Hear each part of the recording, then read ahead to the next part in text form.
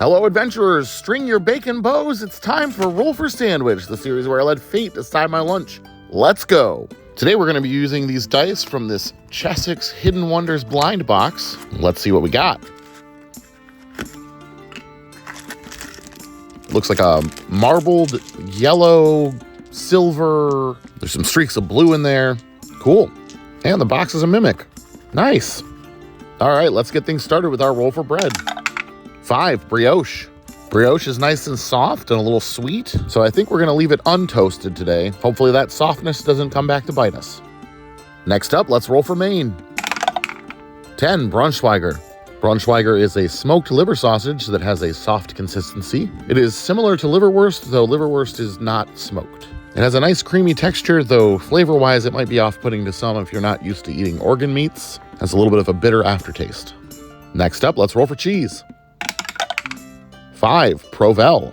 Technically, this is not Provel because Provel is a specific brand of cheese. This is a regional processed cheese that they use on pizza in St. Louis. Though this isn't Provel brand, it is directly from St. Louis. Someone brought it to me at Gen Con.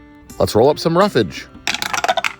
1, whatever fruit my kids haven't eaten, and 5, olives. My fruit-devouring children must have missed these raspberries, so today we're gonna have some raspberries on our sandwich. They should bring an interesting tartness to the sandwich, but I'm unsure how well they're gonna pair with the Braunschweiger or the olives. The olives I have today are green pimento stuffed olives. They will also add a little bit of acid and bitterness to the sandwich. I'm generally an olive enjoyer, and I know they'd work fairly well with the Braunschweiger on its own. Not sure about the raspberries though. I guess we'll find out.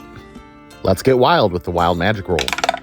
15, it's bacon! Bacon is definitely a fortuitous roll here. Adding another smoky, savory meat keeps us in the same general flavor vein, and honestly, I think bacon would go pretty well with the raspberries. Maybe this will work. And last but not least, it's the D20 sauce roll. Here we go. 2, ketchup. Man, this is a bummer. I felt like we were close to something good here, so I'm gonna try something. I'm gonna use a level 1 spell slot to cast Divine Intervention, which allows me a chance to completely change this roll if I succeed on a D8 roll. So we will now call on Shaq in our time of need. Come on, big man, save us from the ketchup. 6, today our prayers fall on deaf ears. Ah, well, it was worth a shot. The dice gods have ordained this one finishes out with ketchup. Let's go ahead and get our sandwich closed up here.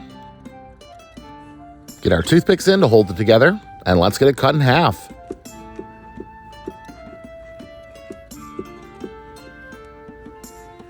And let's take a look at that cross-section.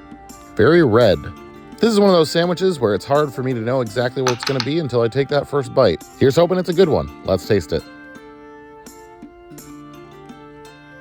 Texture-wise, this is kind of nice. It's very creamy with a slight chew from the bacon and the olives. Flavor-wise, it's honestly actually kind of good. The raspberries kind of fill the role of tomatoes, adding a nice tartness and the moisture you'd get from the tomato juice. They also balance out the ketchup. Like, I can tell there's a sauce on this, but I can't really tell it's ketchup. The Provel is creamy, but doesn't really give much of a taste. And any bitterness from the Braunschweiger and the olives is balanced out yet again by those raspberries. Honestly, the more bites I take, the better this is. I think leaving the brioche soft was the right call. I'm pretty shocked. I expected at least something to clash in this, but I'm actually kind of digging it, ketchup and all. An enemies to lovers ketchup arc was not on my 2025 bingo card. Surprisingly, I'm going to give this one an 8.8, and I'm going to call it Red Catch Redemption. Thanks for hanging out with me today. I hope you have a great day, and I will see you again next time.